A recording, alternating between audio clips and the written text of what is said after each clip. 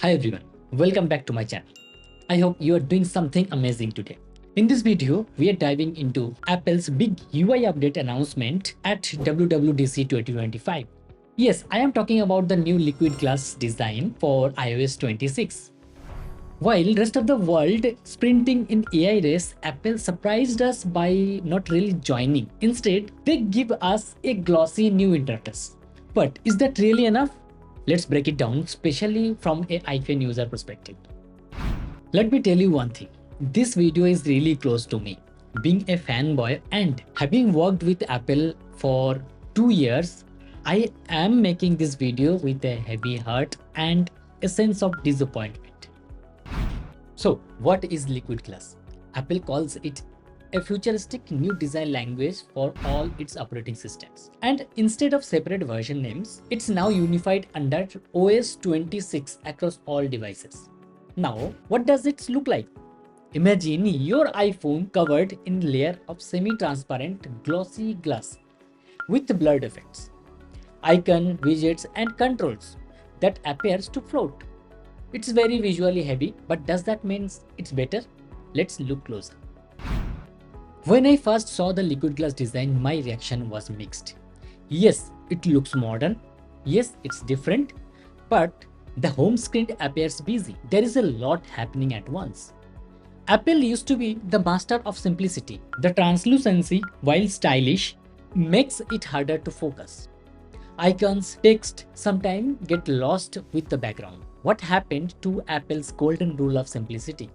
When I looked at the official iOS 26 review page, the first thing stood out was the hero section, and it's not readable. Typography blends with the background. For a company that has long championed accessibility, this is a big miss.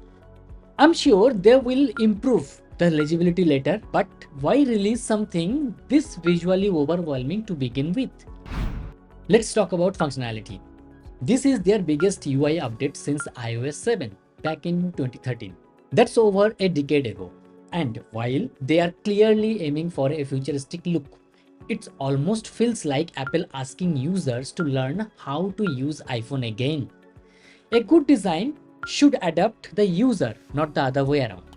For example, the new camera UI looks nice, but it hides options that were previously easy to find. That's not intuitive. Same with the new control center. It's been redesigned, but honestly, the previous version had a better clarity and contrast. Right now, it's hard to focus on anything because all the glass effects.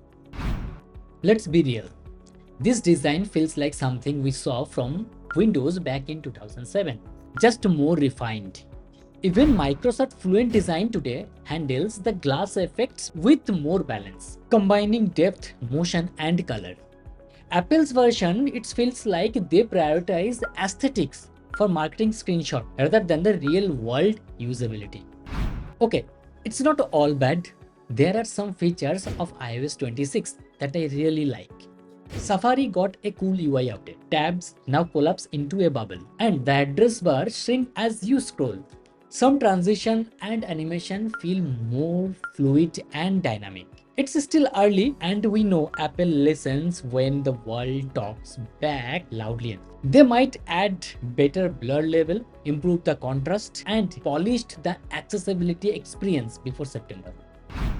So, is liquid glass a bold step forward or just a shiny distraction? As they are clearly lagging behind with AI. Till now, there is nothing solid in AI from Apple. I think it's bit of a both.